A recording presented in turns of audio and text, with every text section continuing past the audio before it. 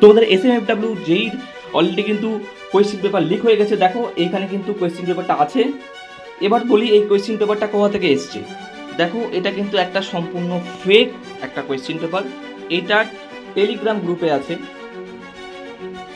দেখো এই পেপারটা যে ফেক তোমরা কি করে বুঝবে, প্রথমে বলি দেখো পেপারটা ভালো করে তোমরা যদি একটু নোটিস করো, পেপারের কিন্তু এই সাইডটাই একটা নাম্বার দেওয়া থাকে, যেটা অবশ্যই প্রত্যেকের বুকলেট নাম্বার দেওয়া থাকে।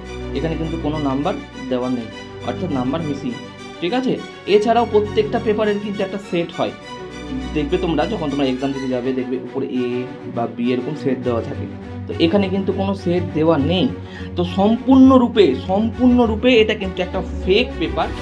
তো তোমরা কিন্তু কেউ ভুলেও এই পেপারটা কিন্তু কিনতে যাবে না, তাহলে কিন্তু তোমাদের কষ্টার্জিত পয়সা সব চলে যাবে, ঠিক আছে। এটা সম্পূর্ণরূপে একটা ফেক পেপার, কারণ কোনোদিনও সোশ্যাল মিডিয়ায় এরকম প্রশ্নপত্র আগে পাওয়া যায় না, আর যা যদিও বা পাওয়া যায় সেগুলো কিন্তু সম্পূর্ণরূপে ফেক। মানে তোমার কিন্তু এই পেপারের সাথে অরিজিনাল যে প্রশ্ন তোমাদের পরীক্ষা আছে তার কিন্তু কোনো মিল থাকবে না, ঠিক আছে। তো তোমরা সকলেই মানে একটা সতর্ক থাকবে, প্রত্যেককে অ্যাওয়ারনেস করার জন্য এই ভিডিওটা আমার করা।